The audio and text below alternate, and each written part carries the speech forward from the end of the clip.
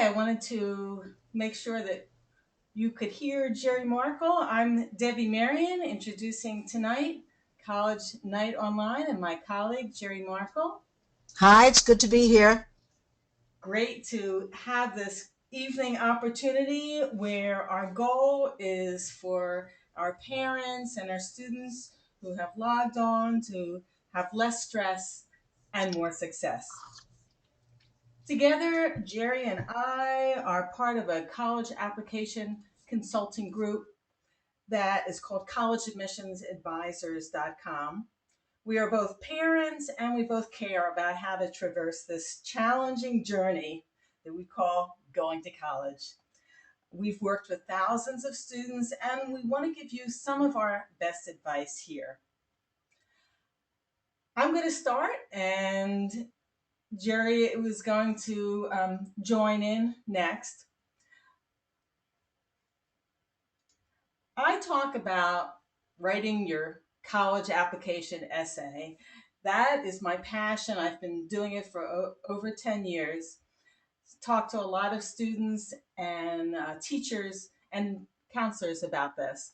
Some of the parents that I see look like this. They look a little scared. They're not sure what to do. And I can absolutely relate to that because that's how I got started in this as well. I was a parent. I still am a parent. I had a college student, and I just thought, I don't know what to do. I'm a professional writer. I just don't even know how to get started in helping my own child with her college essay because I know for sure I'm not going to write it for her. And at college, at essay coaching, I don't write it for students either. What we do is we work with students to help them and parents to help them understand how to write essays that can be very successful. And the first question that parents usually ask and students too is when? When do I get started? Because having a plan helps you get that confident look on your face like that young man has at the top of the page here. Many people start the summer after their junior year. Students start the summer after their junior year and when they call themselves rising seniors. And some students do start in September. When you get started, it's best to just start taking notes, start thinking, start talking to parents, aunts, and uncles. The applications are usually not released until August 1st. However, the commonapp.org, which has essay questions that almost everyone has to answer, is going to be using the same questions that they used last year. So you do not have to wait until August 1st in 2014. You can use the questions that I'm going to be showing you in a minute and that are also available on the Common App.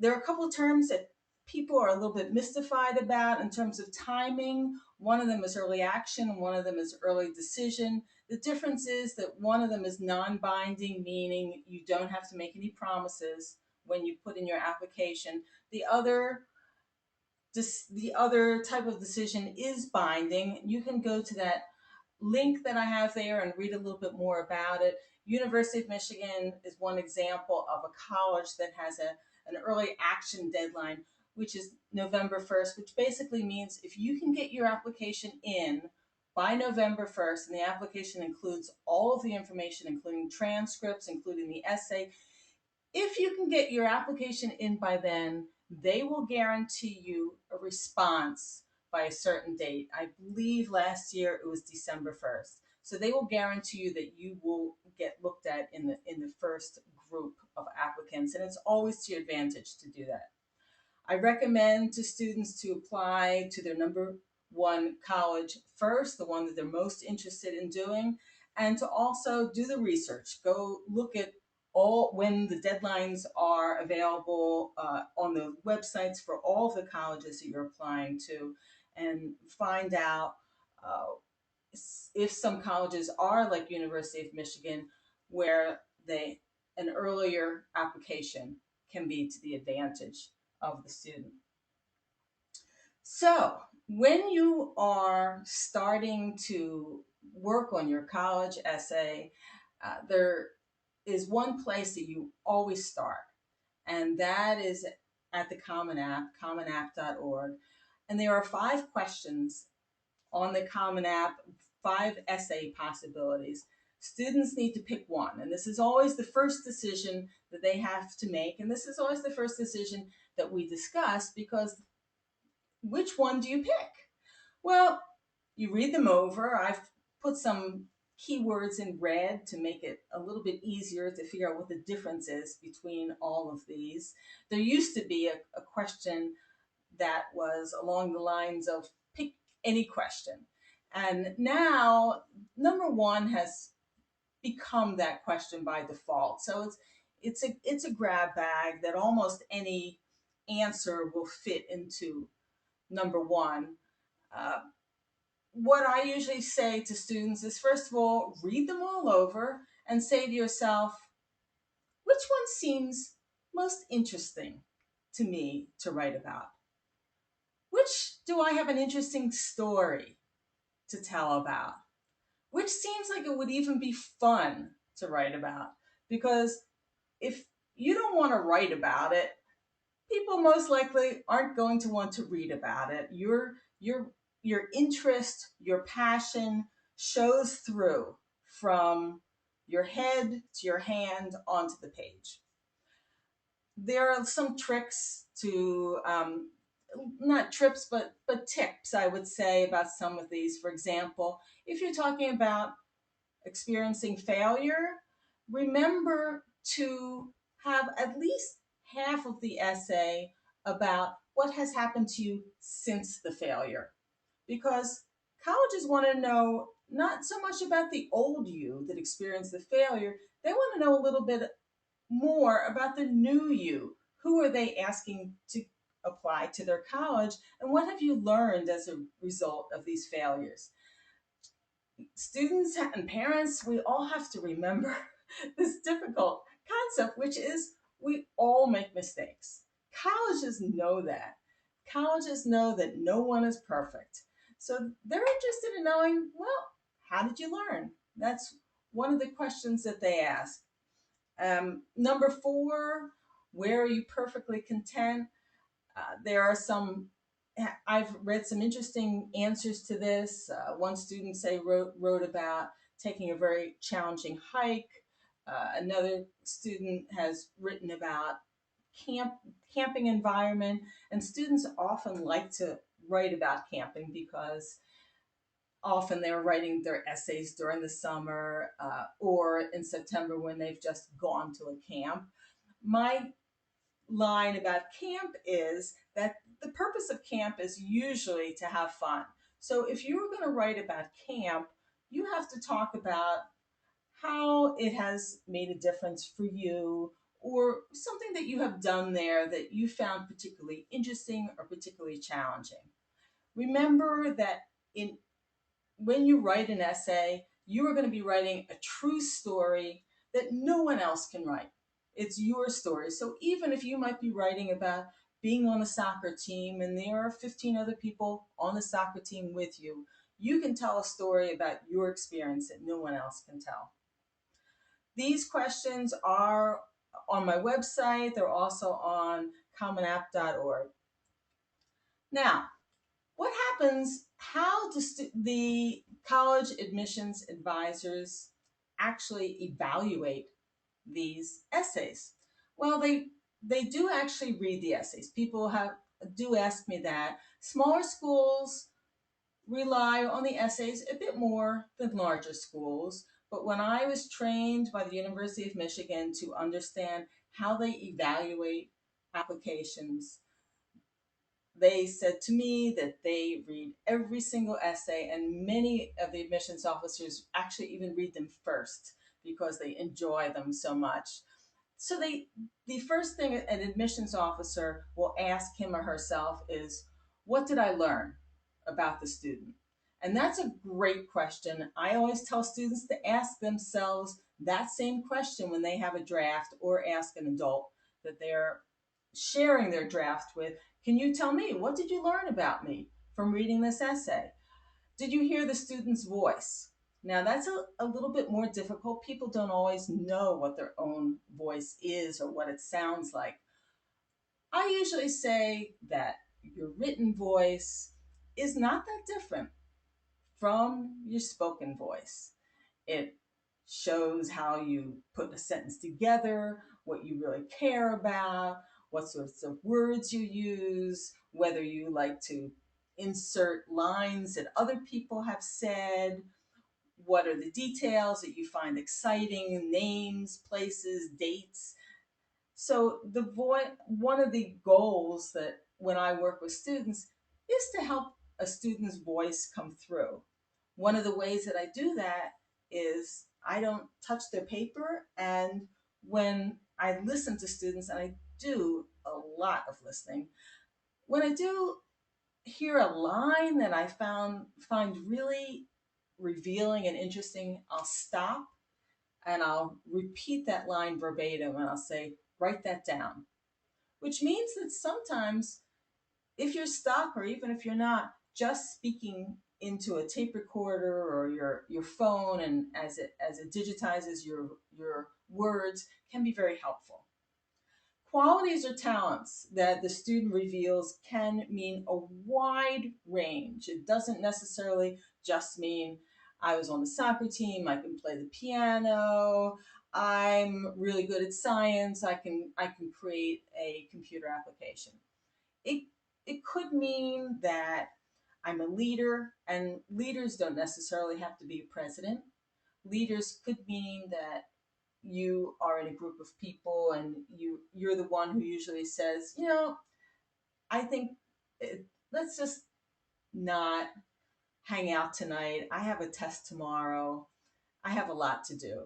So there are a lot of qualities and talents that take a little bit of talking to reveal, and that's one of the things that parents can be really helpful with. Getting a sense for the student as a person. Sometimes people don't really know what they're like as a person. So that's another area that parents can just talk to their kids and say, this is what I see in you. This is what I think is really unique. Schools want to know, will a student fit in to the school? Will they graduate or likely graduate? And will they contribute to the classroom and to the also the activities outside of the classroom?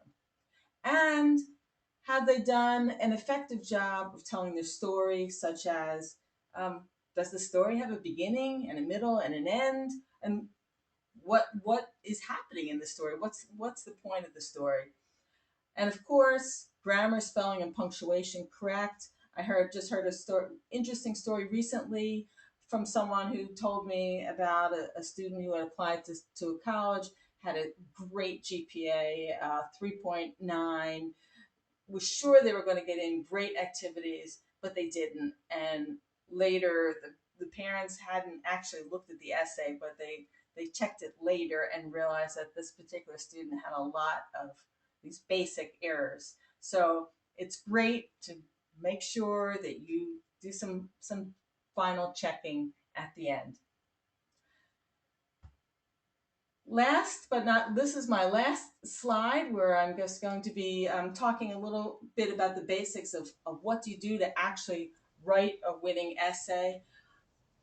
Picking the topic, like I mentioned, is really important to pick a topic that you feel like you want to write about that can tell a true story about who you are. That's going to take some brainstorming, some talking. What are some of the best topics? Some of the best topics are taking initiative, leadership. What are your passions? How are you working towards your dreams? What are your influences? And in order to write the essay, the best thing to do is just to write notes. Start by writing notes, write a draft. And I always try and remind students to use details, names, dates, places.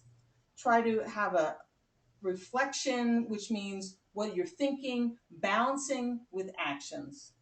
And when you are doing any editing, ask others, what did you learn about me? That is my speech, my short review of some of the main points about writing a strong college essay. And I'm going to be introducing now my colleague, Geri Markel, who is also going to be talking about getting into college, but she's going to be talking about writing your or how to score strongly on college admissions tests. Deb, before we begin, would you Yes. like to tell a story about one of your students? Oh, that's great. Thank you for asking. Yes, I would. One story that I have actually that I often will tell is about when I was getting trained by the University of Michigan. The admissions officer said to me, he said, if I read one more essay where the student says, I'm a hard worker, I'm just going to pull my hair out. Well, this particular admissions officer was completely bald. He had nowhere to go.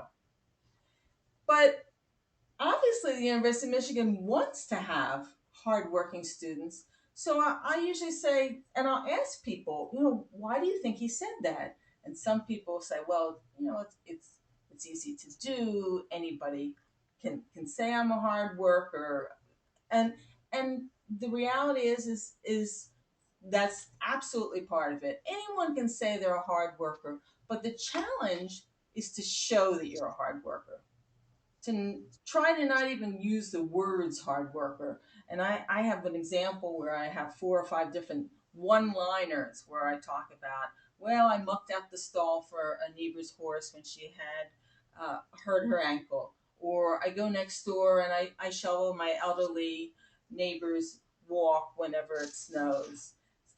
Just those one liners can really give people some information about who you are, how you're a hard worker, and you can actually write a whole essay about why that is important to you and how you do it. So thank you for asking that question, Geri. And we have been looking at your this great slide from you. So I'm going to hand it over to you to take it away and talk a little bit about these college admissions tests.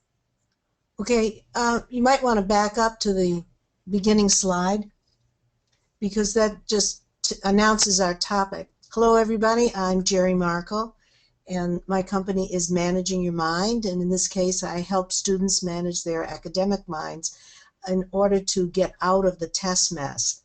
There seems to be a tyranny of testing with ACT and SAT and AP courses, and students and parents are confused and sometimes are driven by fear rather than thinking of taking these tests and creating a challenge. So the goal is to really look at the test, see what kind of a challenge it is, and be able to think of ways that you can meet this challenge, increase your competence, whether it's in the coursework or in test-taking skills, and then begin to feel more competent and confident when you take these tests.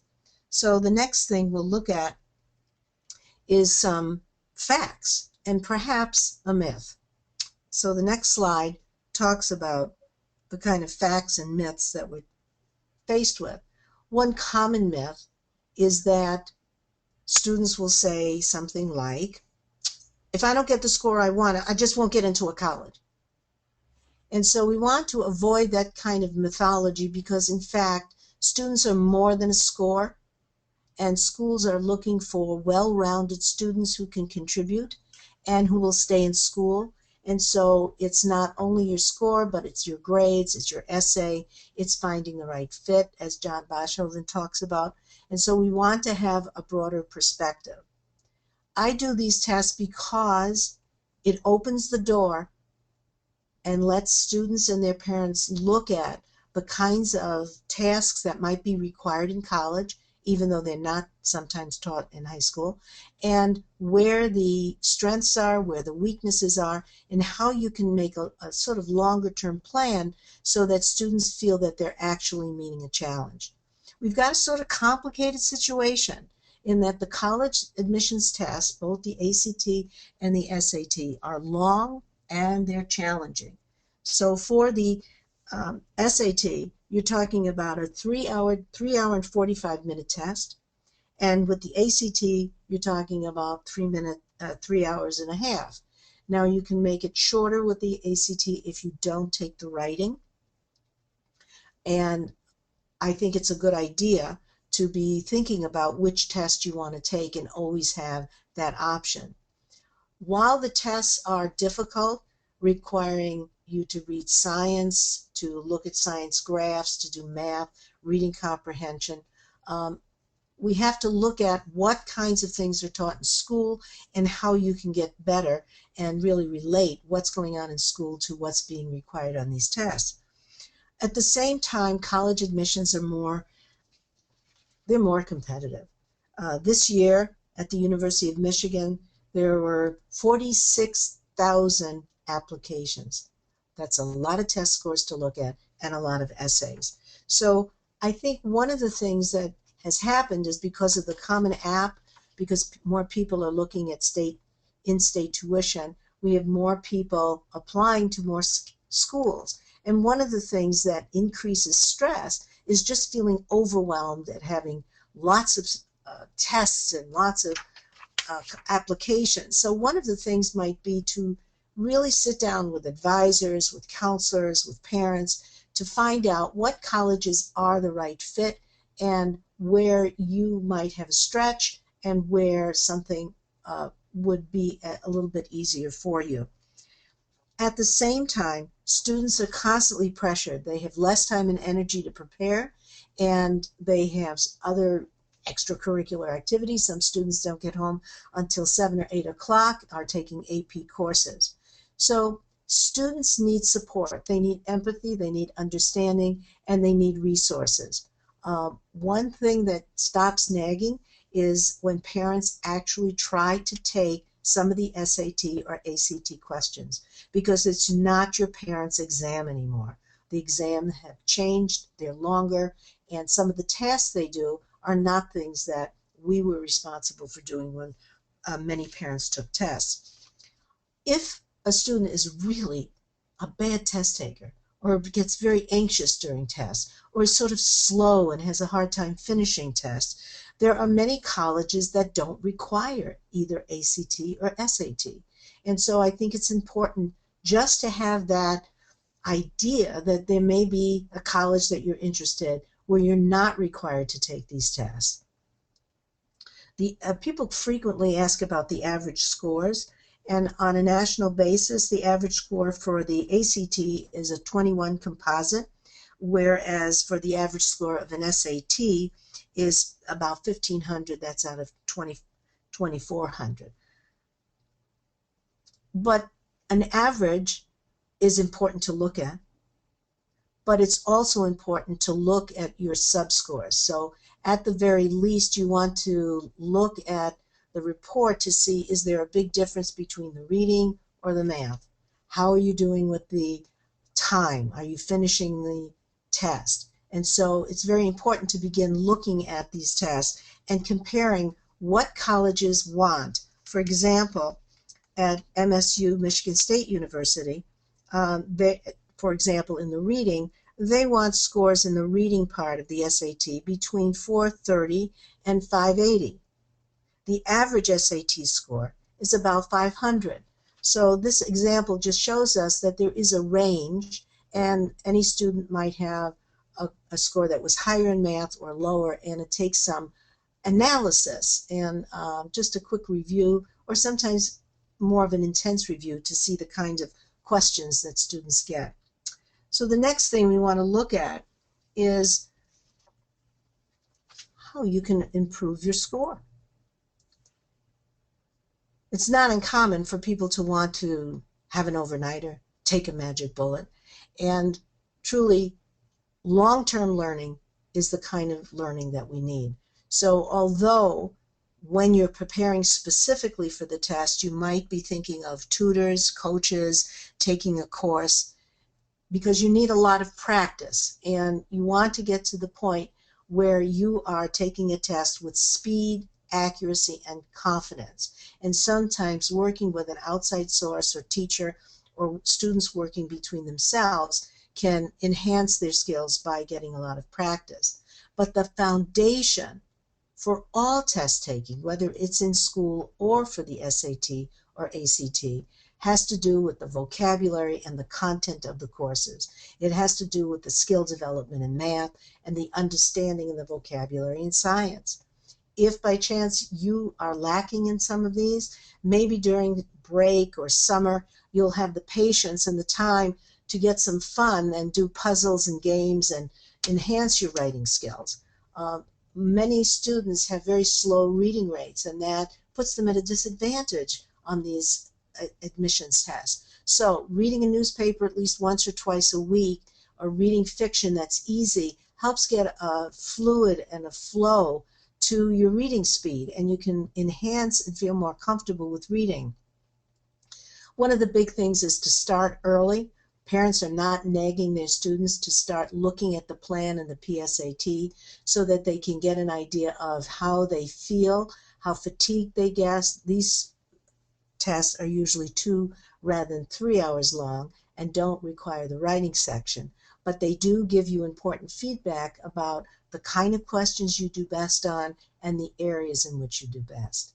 For example, I worked with a student who had a 4+ average and was not pleased with his ACT score, didn't feel that it really reflected his skills. And he took the ACT again. It just didn't work out very much better. Sometimes one test is a little bit more difficult than the others, and this test was, and his score really didn't change. I asked to see his PSAT, and it turned out of a possible score of 80, this student, without really studying, got a 76. When you convert that, it would be a 760 out of 800 if he was taking the SAT. Now, this is a student with a great vocabulary, good reading skills, and not great in science and the science reading of the ACT. So the advice in that is to really look at the SAT a little bit more closely and feel comfortable taking that rather than keep trying to take the ACT.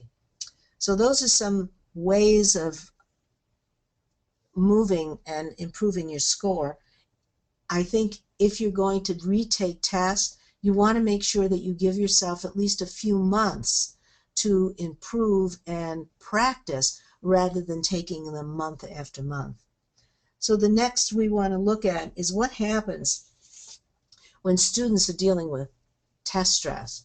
And it's not uncommon that students come in for coaching, not for the ACT or SAT, but because they are feeling so stressed with AP courses, with other kinds of tests, subject tests. And so the tests are with us, and the tests are going to follow us into graduate school. So if students are dealing with test stress or even panicking or blocking, we want to, 1, give enough practice so that you feel confident. 2, have certain kind of test and stress busters, okay? The good old primary way of helping yourself is to give yourself a pep talk. You see the coaches doing it all the time in all kinds of sports. You have to be your own coach sometimes. And so you have to tell yourself that you did study and you are doing a great job and that you are going to be able to move ahead the way you'd like. Visualize the times that you've been successful. What was the best grade you got? What did you do? Also, you want to be able to use deep breathing, just take a couple breaths and stress just before you study and just before you take the test. There's no athlete who doesn't get a practice game in. And it's just the same, whatever people do to be a great athlete or a performer in a music or art, you have to do the same thing when you're preparing for the challenge of a test. So one of the things to do is take one full-length practice test just to see when you get fatigued, how many breaks you have to take, and to understand the timing, because you may have to be skipping questions, you may have to be more cognizant of the time and not rush at the end and leave a bunch empty. Frequently, we tell people to take just a short break during the test. You don't have to take it just when the test is given, your breaks. Maybe you just want to, take a break every three problems to keep your attention focused. And of course, like any athlete, you can't really attain your full potential on a test if you're tired, if you've eaten the wrong foods, and if you haven't gotten any exercise. So a healthy body makes for excellence in test taking. So those are just a few ways that you could deal with test stress. And lastly, planning is the best thing to do. Planning with your parent, planning with a counselor. The first thing is to look at how are you going to get a peak performance? How are you going to excel on this difficult task? And knowing that you have strategies and ways of managing your stress will help you be able to perform on demand with speed and accuracy and under timed conditions. That's what I call a peak performance. So get a study schedule, find the resources. It may be a tutor, it may be a coach, it may be a course, it may be going back and getting excellence and speed with math calculations. Get those resources working in summer or spring breaks when you can have the time and patience. Also, when you're studying, don't think you have to study for an hour. 20 or 30 minutes at a time, 2 times a week is enough if you're doing it over 2 or 3 months. And it's very important sometimes to work with your friends so that you have some motivation and extra information. So these are some of the things that help you get ready. And the longer you plan, the better it is. So in summary, if you're planning to take a test, you may be looking at June 7th for the SAT and June 14th for the ACT. And the registration for both of those are May 9th. So whenever you're taking the test, develop your plan, find the people that can help you, understand that you can meet this challenge like you do all your academic challenges. And with strategies and time, you're going to do a great job. Both Deb and I provide individual and group coaching. And with this kind of coaching, you're going to write your essay and take your test feeling proud of yourself. My email is jerry@managingyourmind. And here's an example of what happens. Deb, you want to explain this picture? Well, one of these young ladies happens to be my daughter. And this is just a look of happy high school students who have gotten into college. They've completed what they need to do. And I think it's always helpful for students to just look at the end and see where they're going and know that there's going to be a little stress, but they're absolutely going to get there. Jerry and I have written a book about this, which is another way to find out some great information for very low cost. It just means that you're going to spend a little time and money reading. And I think that that can be a great way to get started. There's some worksheets at the end that are fill in the blanks that are allow people to interact and see what is going to work best for them. So we are taking questions at this point. I saw a question from one parent that was wondering about how to handle the challenge of explaining why her child her child's GPA does not reflect his capabilities. That's not an uncommon situation. And in those situations, what happens is there are options. Sometimes the counselor can write a letter about that. Sometimes that can be handled in the essay. What I usually say in that situation is to first of all the student should look at his strengths and make sure that he's not dwelling on problems. But if the GPA is low for a reason, sometimes students have talked about maybe they had mono for a semester, sometimes a parent has gone through a divorce, and sometimes there are issues with studying skills. And in those situations, I say, Tell them what's changed. Tell them how you have become a stronger student, because that's what colleges want to know. They want to know what are your strengths that are going to help you in college. I think also there are many students who may be bored in school, lose motivation, and I think visiting colleges early on, reviewing the early PSAT and ACTs, help just get some motivation. You know, high school students are not known for their maturity and focus all the time on academics. And so sometimes they need a little time just for reality to set in. And on some occasions, kids can take courses at the community college, take boot camps. And so there are some extra curricular things that may show their passion and their strengths. And thus they have more to write about. And I think sometimes when they really are doing this, sometimes their later semesters show quite a bit of growth in their academics. I know that I have a handout on essaycoaching.com called How Adults Can Support Students Who Are Working on Their College Admissions Essay, that I recommend that parents download, because it answers the question, how can I help? Without, of course, writing the essay. There's a lot of things that you can do in terms of talking and finding assistance. So I urge you to take a look at that to help understand how you can help students research, organize, stir up their thoughts and emotions, because a lot of this is just getting your brain rolling in thinking about some of these situations, choosing a topic, and so forth. We'd Any like to thank everybody for their attendance. We had a great time, and please contact Deb or I, and we'll be happy to answer any questions. Thank you so much for coming in. Absolutely happy to help. Thank you. Good night.